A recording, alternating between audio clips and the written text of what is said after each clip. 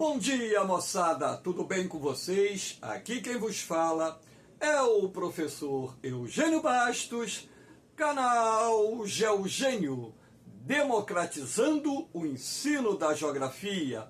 Moçada, vamos fortalecer o canal, se inscrevam no canal, dê aquele like, compartilhe o vídeo e ajude o professor Eugênio Bastos a democratizar o ensino da geografia. Moçada, no nosso encontro de hoje, eu irei falar mais uma vez das fortes chuvas que atingiram o Rio Grande do Sul no final do mês de abril e início do mês de maio, causando enormes inundações, grandes prejuízos econômicos, perdas de vidas humanas, ou seja, deixando um rastro de destruição não só nas cidades, assim como no campo. E sendo assim, eu vou procurar abordar não só os fatores responsáveis por essas chuvas torrenciais que atingiram um volume recorde em vários municípios gaúchos, assim como também falar sobre as trágicas consequências dessas chuvas que, infelizmente, além de terem deixado um rastro de destruição, matou mais de uma centena de pessoas, ainda temos mais de uma centena de pessoas desaparecidas, e a dimensão dessa tragédia nós só teremos o raio-x final após algumas semanas, quando as coisas começarem a se normalizar, entre aspas, e as equipes de busca, socorro, atingirem localidades de difícil acesso, e sendo assim, nós teremos a dimensão do tamanho dessa tragédia que atingiu várias cidades, vários municípios gaúchos, causando morte, dor e destruição. Eu espero que vocês gostem desse encontro. Havendo qualquer dúvida, deixe a sua pergunta na parte dos comentários, que eu terei o máximo prazer de respondê-las. Aqui nós temos essa triste imagem da cidade de Porto Alegre, que foi parcialmente inundada pela cheia do rio Guaíba, que é o principal rio a banhar a capital do Rio Grande do Sul. Repare aqui o centro de Porto Alegre, inundado, isso também causando a paralisação das atividades produtivas ali no centro de Porto Alegre, enfim. Então vamos ver aqui o porquê de tanta chuva no Rio Grande do Sul, num espaço de tempo tão reduzido, ou seja, em poucos dias. Muitos municípios gaúchos registraram mais chuva do que registram normalmente em 6 meses. Então nós tivemos uma combinação de fatores que direta e indiretamente contribuíram para a ocorrência desse grande volume de chuva lá no Rio Grande do Sul. Então aqui nós temos esse mapinha do Brasil, mostrando o corredor de umidade que nós chamamos de rios voadores, que se deslocam da Amazônia Ocidental em direção ao sul do Brasil. Lembrando que esses rios voadores se formam aqui no Atlântico, nas imediações da linha do Equador, numa área em que a temperatura das águas oceânicas encontra-se muito elevada, razão pela qual a evaporação do mar é muito alta, e sendo assim, mantendo a atmosfera, pelo menos a troposfera na sua baixa camada, com padrão de umidade bastante elevado. Os ventos de leste transportam essa umidade procedente do Oceano Atlântico em direção à Amazônia Ocidental. E nós temos aqui nessa região a mais exuberante floresta tropical do planeta, e a maior floresta tropical do planeta, que é a floresta amazônica, onde, através do processo de evapotranspiração, que é a ação combinada da evaporação da água contida no solo, rios, riachos e igarapés, somada à água procedente da transpiração das plantas que compõem a floresta amazônica, mantém o ar bastante úmido, mesmo nas áreas mais afastadas do oceano, como por exemplo aqui na Amazônia Ocidental. Então, esses ventos de leste, que formam os rios voadores, eles se deparam aqui na porção ocidental da América do Sul com os contrafortes da Cordilheira dos Andes, que em vários pontos ultrapassa mais de 5.000 metros de altitude, razão pela qual esses ventos são desviados em direção ao centro-sul do Brasil, trazendo não só calor, assim como umidade da Amazônia, em direção ao sul do país. Então, além disso, nós temos outros fatores que, combinados, contribuíram para o elevado volume de chuva que atingiu o Rio Grande do Sul, como, por exemplo, aqui em parte do centro-sul, sobretudo na região centro-oeste e na região sudeste, nós temos uma onda de calor que é causada por um bloqueio atmosférico resultante da presença de um poderoso anticiclone, ou seja, um centro de alta pressão atmosférica que está bloqueando a passagem das frentes frias procedentes do sul do continente. Lembrando que essas frentes frias são deslocadas pela massa polar atlântica, que chega no Brasil fria e úmida. Então, o que acontece quando esse ar quente e úmido procedente da Amazônia se encontra com ar frio e úmido procedente do sul do continente?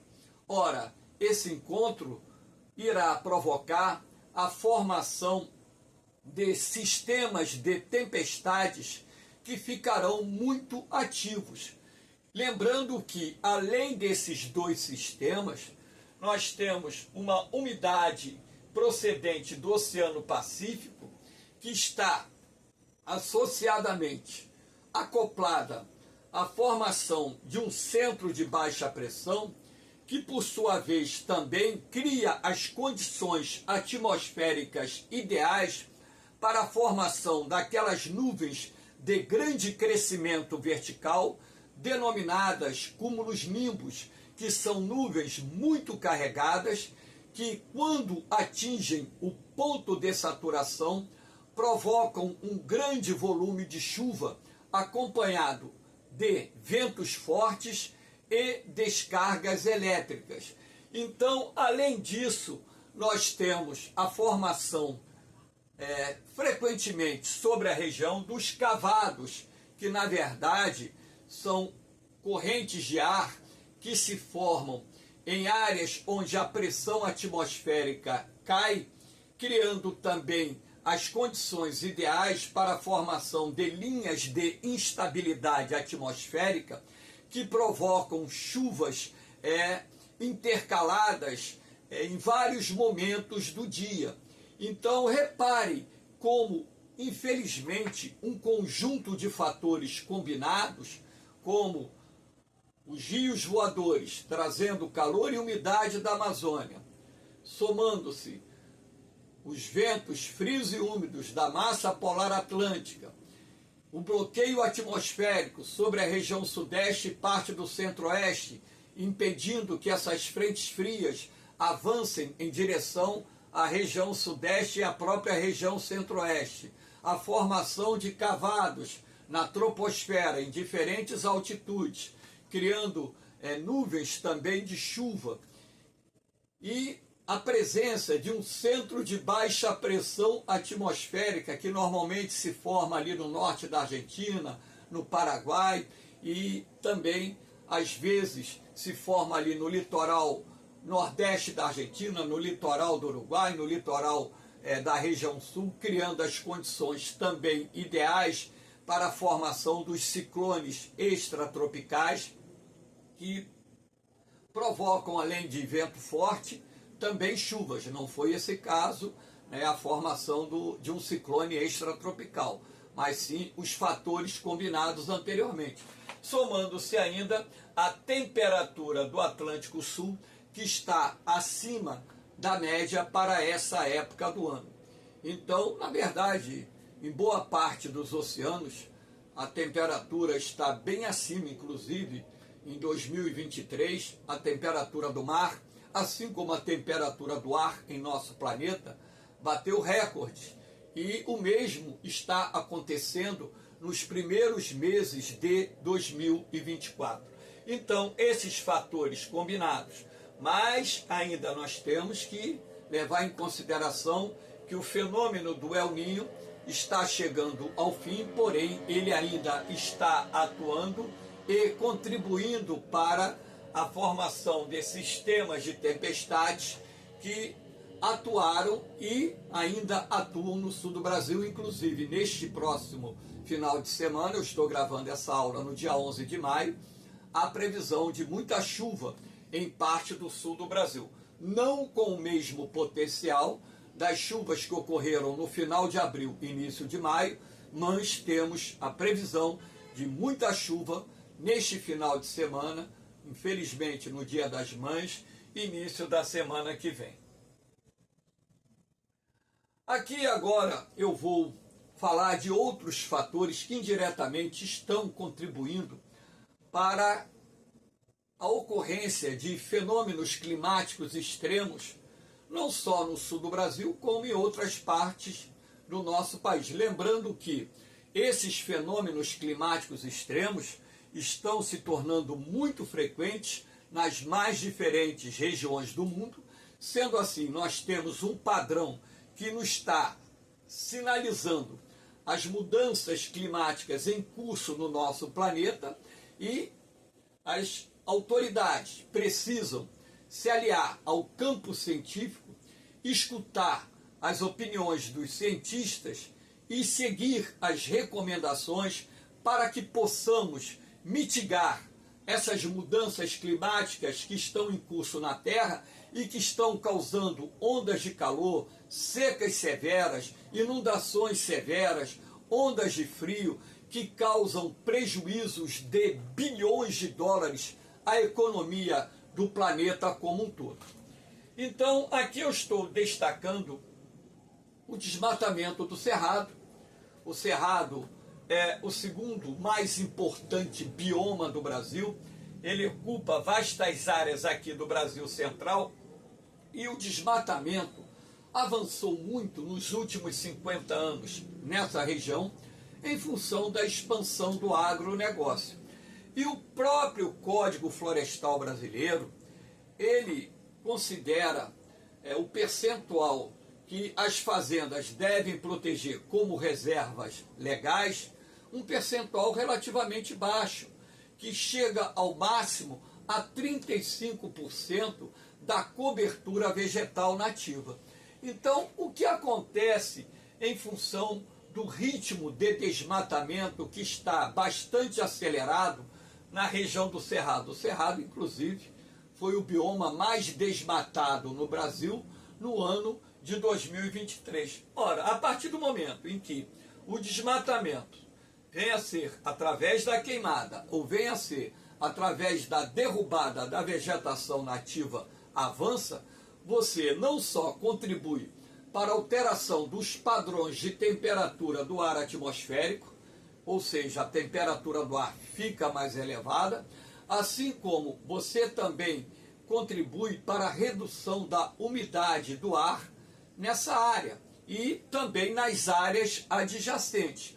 Ora, se o ar fica mais quente e mais seco, isso cria as condições ideais para a formação dos domos ou cúpulas de calor, uma vez que, a partir do momento em que se posicione um centro de alta pressão atmosférica numa área onde o ar está muito aquecido e a umidade relativa está muito baixa, ora, esse centro de alta pressão criará um bloqueio atmosférico que irá impedir a entrada de massas de ar úmidas. E nesse caso, por exemplo, que ocorreu lá no sul do Brasil, no Rio Grande do Sul, esse bloqueio atmosférico, ele permanece ativo há várias semanas.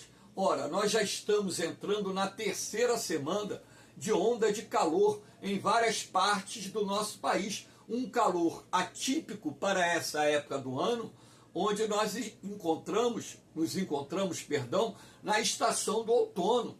Aqui no Rio de Janeiro, por exemplo, capital, nós temos registros de temperaturas nesses 10 primeiros dias de maio, hoje é dia 11, mas o dia já amanheceu muito quente, acredito eu que a temperatura aqui no Rio de Janeiro hoje também vai ficar nessa casa de 35, 36, 37 graus, um padrão totalmente fora do normal para essa época do ano, ainda mais se nós levarmos em consideração a sequência muito grande de dias que tem feito calor, e aqui no Rio de Janeiro já não chove há bastante tempo. A pouca chuva que caiu no mês de março, da segunda quinzena de março para frente, o mês de abril já foi um mês muito seco. Nos 11 dias de maio, nós tivemos uma pequena chuva que mal molhou o chão. Então, nós estamos vivenciando algo também atípico, que é uma seca no início ou na primeira metade da estação do outono, que não é comum que aconteça, por exemplo, aqui na nossa região. Então, ora, o desmatamento do cerrado, ele também contribui para que o clima fique mais quente e mais seco no sertão, fique mais quente e mais seco em parte do sul do Brasil, na nossa região sudeste, fora da área que é coberta por esse bioma, e isso também vai contribuir para alterações nos padrões climáticos, não só em escala local, como em escala nacional, com influências em outras partes da América do Sul. Aqui nós temos essa imagem para mostrar a vocês a formação de um domo, de uma cúpula de calor. Então repare aqui a pressão atmosférica, que dá origem a um anticiclone. Anticiclone é o nome que se dá aos centros de alta pressão atmosférica. São áreas dispersoras de vento, onde o ar frio e seco que se encontra na alta camada da troposfera, ele vai exercer um movimento de subsidência, comprimindo o ar quente na baixa altitude. Então, a compressão desse ar vai contribuir ainda mais para que haja maior liberação de calor, dando uma sensação térmica mais desagradável, ou seja, elevando não só a temperatura do ar atmosférico, mas criando uma sensação térmica que vai incomodar as pessoas, principalmente as pessoas mais velhas, que sentem mais os efeitos de um calor extremo, assim como crianças bem novinhas. Então, essa cúpula ou esse efeito domo de calor que está posicionado nesse exato momento em parte da região centro-sul, tem sido o fator preponderante, ou seja, a causa principal do bloqueio atmosférico que está impedindo o avanço das frentes frias e criando, juntamente com outros fatores que estão acoplados à dinâmica da atmosfera, as condições ideais para a formação de nuvens de tempestade sobre parte da Argentina, Uruguai e principalmente ali na região do Rio Grande do Sul. Então aqui nós temos essas setas vermelhas indicando o movimento de subsidência do ar, repare, comprimindo esse ar quente e seco a baixa altitude, gerando a onda de calor que está se estendendo por aproximadamente 3 semanas aqui em parte da região centro-sul. E eu, como geógrafo, estou fazendo uma previsão que não é muito boa para o inverno e início da primavera aqui no Brasil Central. Porque se o outono está com esse padrão já de queda acentuada de umidade e calor, com temperaturas bem acima do normal para essa época do ano, o que nós teremos no final do inverno, ou seja, a partir de agosto, setembro, outubro, é algo surreal. Temperaturas extremamente elevadas, mesmo que nós já tenhamos no segundo semestre os efeitos da Laninha, que estão sendo previstos pelos principais institutos de meteorologia do mundo. Aqui nós temos também, para mostrar a vocês, um outro fator que, de repente, as pessoas não estão levando em consideração, que é o desmatamento, o impacto do desmatamento da floresta amazônica no clima. Eu tenho batido nessa tecla já há algum tempo, já gravei outras aulas falando sobre os impactos do desmatamento no clima ou nos diferentes climas, não só aqui no Brasil, como nos climas mundiais. Essa parte amarela aqui indica os pontos da Amazônia que foram desmatados, ou seja, onde a floresta nativa recuou de forma significativa. Então você pode perceber que existe uma faixa que se estende do leste do Acre, passando pelo sul da Amazônia, até o leste da Amazônia, onde o desmatamento avançou num ritmo mais acelerado. Essa faixa amarela aqui representa aquilo que nós chamamos de arco do desmatamento, arco do desflorestamento, arco do fogo, que é onde você tem a expansão das fronteiras agrícolas. Aqui nessa faixa você já possui o agronegócio consolidado. E na medida em que a pecuária e a produção de grãos avança pela Amazônia, ora, áreas remanescentes da floresta amazônica vão sendo desmatadas, destruídas. E isso acaba também alterando a dinâmica da temperatura e umidade do ar atmosférico. Basta lembrar que aproximadamente 50% de toda a umidade do ar contida na Amazônia provém do processo de evapotranspiração. Então, se você desmata a região e esse desmatamento avança num ritmo acelerado, você não só contribui para a alteração dos padrões de umidade, assim como você também contribui para a alteração nos padrões de temperatura do ar atmosférico. Sendo assim, os rios voadores, num primeiro momento, eles acabam transportando mais umidade. Por quê? Porque ainda tem uma área remanescente da floresta bastante significativa. E a elevação da temperatura oriunda dessas áreas desmatadas faz com que esse ar quente e úmido suba, alimentando a formação de nuvens num primeiro momento. Então, essas nuvens, levadas pelos rios voadores, se projetam em direção ao sul do Brasil, criando assim condições atmosféricas ideais, num primeiro momento, para a formação de sistemas de tempestades sobre aquela região. Agora, na medida em que esse desmatamento avance e o clima se altere não só em função da elevação da temperatura, mas no segundo plano, numa escala macro-amazônica, você tem a queda da umidade relativa do ar, aí você vai começar a entender que esse desmatamento também vai influenciar no regime de chuvas da Amazônia, reduzindo o índice pluviométrico, tornando as secas na região mais frequentes. O ano passado, a Amazônia registrou a sua pior seca da história. A televisão mostrou inúmeros rios amazônicos com vazões muito abaixo do normal para aquela época do ano, que foi o período do inverno-primavera, enfim, afetando inúmeras comunidades ribeirinhas. Mas a nossa aula aqui tem por objetivo mostrar também o impacto da destruição da floresta amazônica no clima do sul do Brasil, no clima do sudeste, enfim.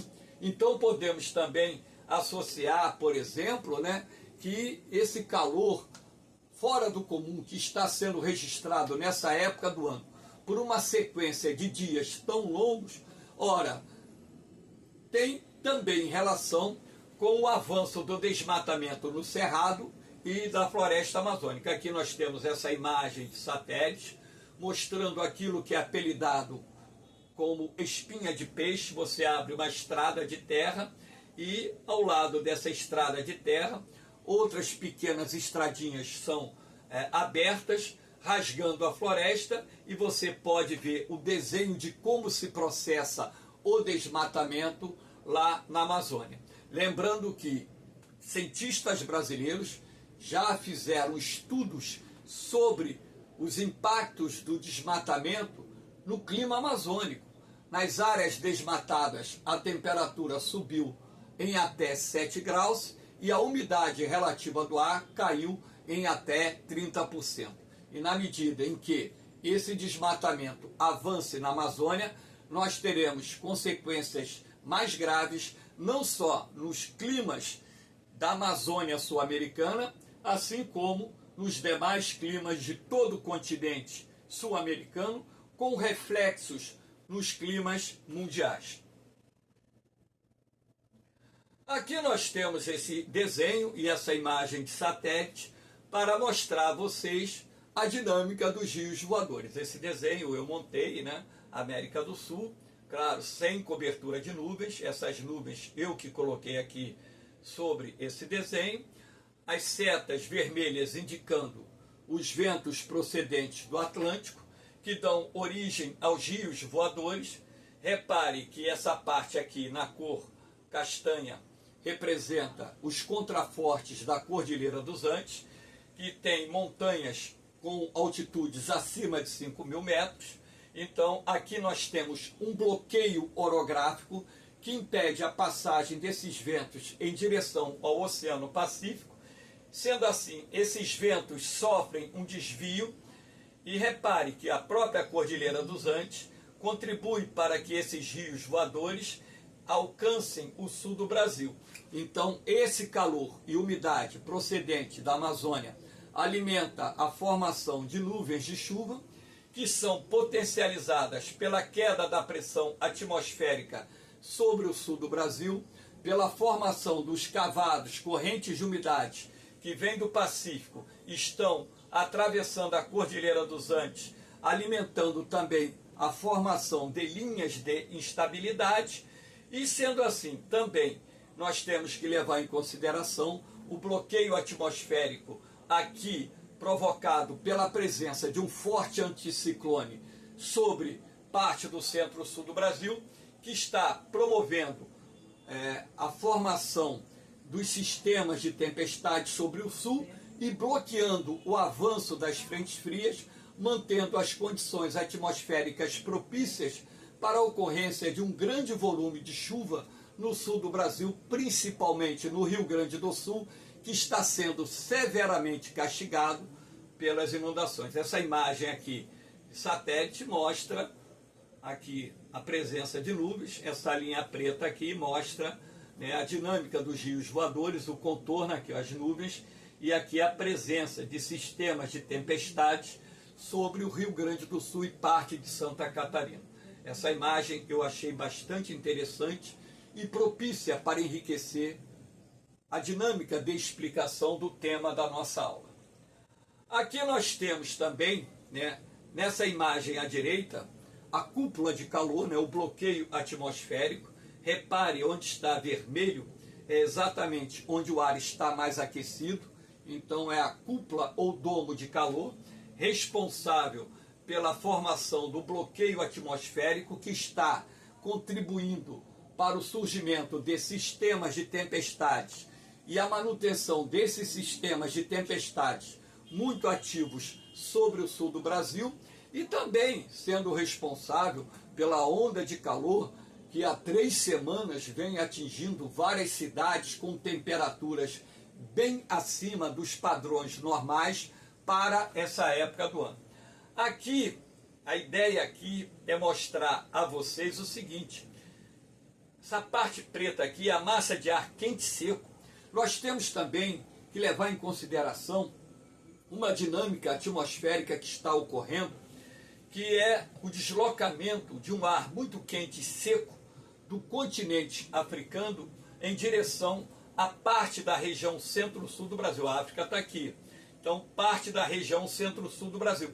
Então, esse ar quente seco procedente da África também está contribuindo para a manutenção desse bolsão de ar quente, a presença desse anticiclone ou poderoso anticiclone que deu origem à cúpula de calor que está posicionada em parte da região centro-sul, que está gerando esse desconforto térmico e contribuindo para a formação dos sistemas de tempestades lá no sul do Brasil. Lembrando que a África também está enfrentando ondas de calor.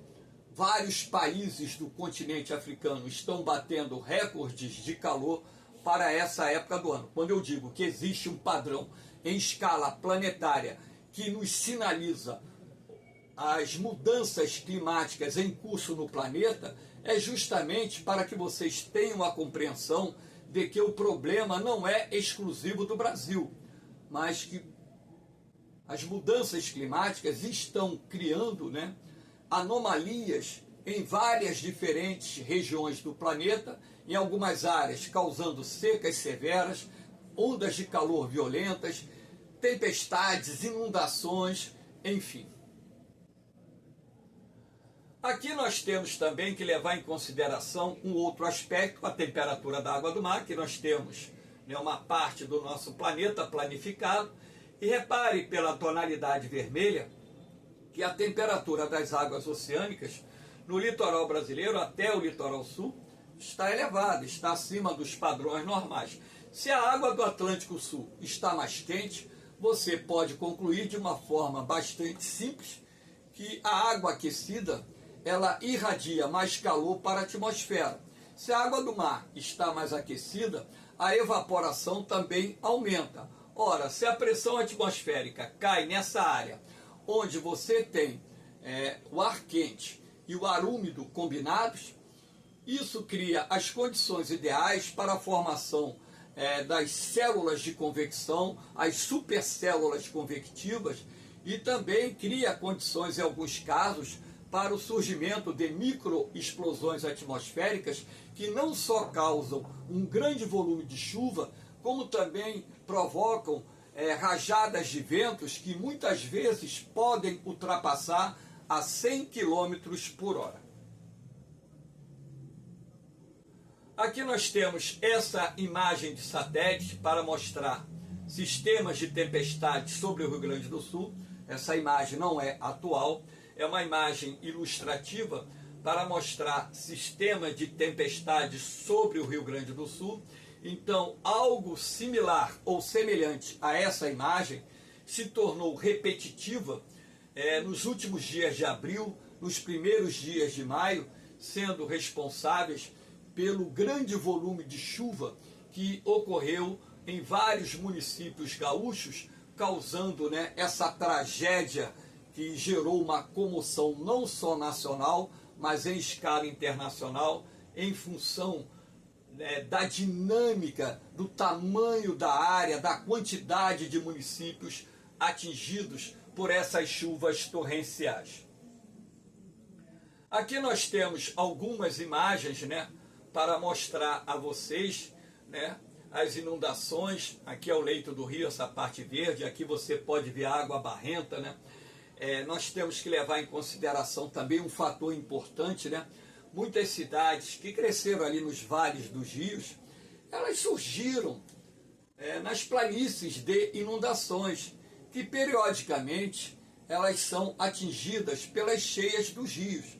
A gente tem que levar em consideração o aspecto que as chuvas, elas não ocorrem dentro de um padrão definido todo ano. Então você tem anos que chove mais, tem anos que chove menos. Agora, tem anos excepcionais onde o volume de chuva, em função de condições atmosféricas presentes, será absurdamente elevado. E quando isso acontece, os rios eles transbordam e preenchem as planícies de inundações onde estão as casas, onde estão bairros, cidades, causando prejuízos materiais, prejuízos econômicos e também, infelizmente, a perda de vidas, não só de pessoas, como também de outros animais. Então, nada melhor do que essa imagem de satélite para mostrar a inundação nas planícies de inundações, que são as várzeas, consideradas áreas marginais ou baixas, que se encontram às margens dos rios e que, por ocasião das fortes chuvas, acabam sendo preenchidas pelo transbordamento dos rios. É isso que tem causado as cheias inundações em várias cidades lá do Rio Grande do Sul. Aqui uma outra imagem de satélite mostrando o grande volume de água, né, que está sendo, nesse caso aqui, transportado pelo rio Taquari, que é um dos principais rios lá do Rio Grande do Sul, né? Enfim. Aqui nós temos outra imagem de satélite mostrando o antes e o depois, né? Como era o leito do rio antes da inundação e como ficou no período da inundação. Aqui você tem o leito do rio, né? Consequentemente, as planícies de inundações preenchidas pela água do rio Taquari. Aqui eu coloquei essas imagens para reflexão, porque são imagens que nos mostram o que nós, seres humanos, fazemos com o nosso planeta e até mesmo com nossos irmãos planetários. Aqui a imagem da Terra rodeada de lixo, cujo objetivo é mostrar a vocês que o lixo é hoje um dos principais problemas ambientais do nosso planeta, o destino desse lixo. Nós temos rios poluídos, mares, oceanos, baías, lagoas, enfim. Essa imagem aqui tem por objetivo mostrar a vocês um dos causadores da intensificação do efeito estufa, a poluição do ar atmosférico, derivada principalmente da queima de combustíveis fósseis. Ora, a partir do momento em que você potencializa, intensifica a ação do efeito estufa, você acelera o aquecimento global. Essa imagem que eu cobri o rosto dessa criança para protegê-la, não sei nem se está viva ainda, porque é uma imagem antiga, uma criança pegando migalhas no chão. Essa imagem tem por objetivo simbolizar os mais de 800 milhões de pessoas que passam fome nesse planeta, principalmente na África subsaariana e no sul do continente asiático, onde estão os dois maiores bolsões de miséria da Terra. Essa imagem aqui simboliza a destruição das nossas matas e outras formações vegetais pelas queimadas, pelos incêndios florestais, que em sua grande maioria são causados pela ação humana. Essa imagem simboliza a seca, a desertificação que está avançando em várias partes do mundo. As secas estão se tornando cada vez mais frequentes em nosso planeta, e isso reduz o espaço disponível para a produção de alimentos, contribui para a fome, contribui para a quebra da produção agrícola, gera problemas econômicos para os países, estados, províncias, municípios, produtores rurais, enfim. Essa imagem simboliza a destruição causada pelas guerras que estão ocorrendo nesse exato momento em diferentes regiões do planeta. E tantas outras imagens eu poderia colocar aqui para levá-los a uma profunda reflexão. Qual é o nosso papel nesse planeta? Por que estamos aqui? Qual foi a missão concebida pelos nossos criadores, ou o nosso Criador, Deus, para que nós cumpríssemos nesse planeta? Será que a nossa curta passagem nesse planeta não tem nenhum significado? Será que nós presenciarmos não só essas imagens, como tantas outras que nos mostram a irracionalidade do pensamento humano, não tem um sentido de nos mostrar o caminho certo para não mais contribuirmos para que imagens como essa e outras possam se repetir nas diferentes regiões do mundo? Existe uma razão para nós estarmos aqui. A razão principal é a evolução do nosso espírito, da nossa alma, o engrandecimento da nossa forma de viver e, sobretudo, ajudar o nosso semelhante dentro daquilo que está ao nosso alcance. E fica aqui a minha repulsa a todas as pessoas que estão disseminando fake, mentiras, inclusive sobre a tragédia do Rio Grande do Sul. Essas pessoas que destilam ódio, que disseminam mentira, deveriam tomar vergonha na cara e se unir a um esforço nacional para ajudar os nossos irmãos do Rio Grande do Sul a passar pela maior tragédia que eles enfrentaram em toda a história do Rio Grande do Sul. A dor e o sofrimento de centenas de milhares de pessoas, ou talvez milhões de pessoas, não deve conviver com fake news, não deve conviver com ódio. Nós precisamos de harmonia, de amor, independentemente da crença política de cada um. Seja você de direita, de centro ou de esquerda. Precisamos nos unir para criarmos um mundo melhor, não só para o povo brasileiro, mas para toda a sociedade planetária. Moçada, eu me despeço de vocês, deixando a todos vocês um forte abraço, um beijão no coração e pedindo encarecidamente que ajude a divulgar o meu trabalho, não por questão financeira, porque apesar do meu canal ter sido monetizado, eu não fiz nada que o YouTube pediu. Eu não criei canal para ganhar dinheiro. Criei canal para auxiliar jovens e adultos que estão estudando, se preparando para os concursos vestibulares, técnicos, militares, concursos públicos, a terem uma base mais sólida em geografia e melhorarem seus desempenhos nos concursos.